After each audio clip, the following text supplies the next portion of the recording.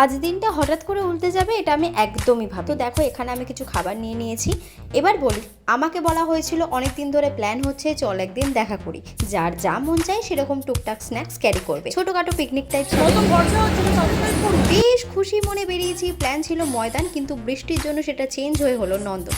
তা ভালো কথা, নন্দনে আমরা এন্টার করলাম। আমরা একটা জায়গা দেখে বসলাম। অনুজা সবার জন্য পেস্ট্রি নিয়েছিল। এবার যেই না আমি পেস্ট্রিটা খেতে যাব, পাশ থেকে আওয়াজ এলো, টু ইউ হ্যাপি বার্থডে।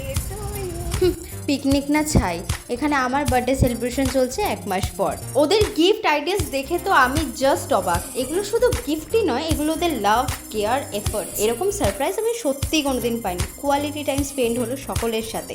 নন্দনে সে লেবু চা না খেয়ে বেরিয়ে গেছি, এটা হয় না। বাড়ি ফেরার সময় এই আলিঙ্গন আমাদের চিরন্তন সত্য। বাড়ি ফিরছি একগুচ্ছ ভালোবাসা আর ভালো স্মৃতি নিয়ে। কেমন লাগলো বন্ধুত্ব জানিও কমেন্টে।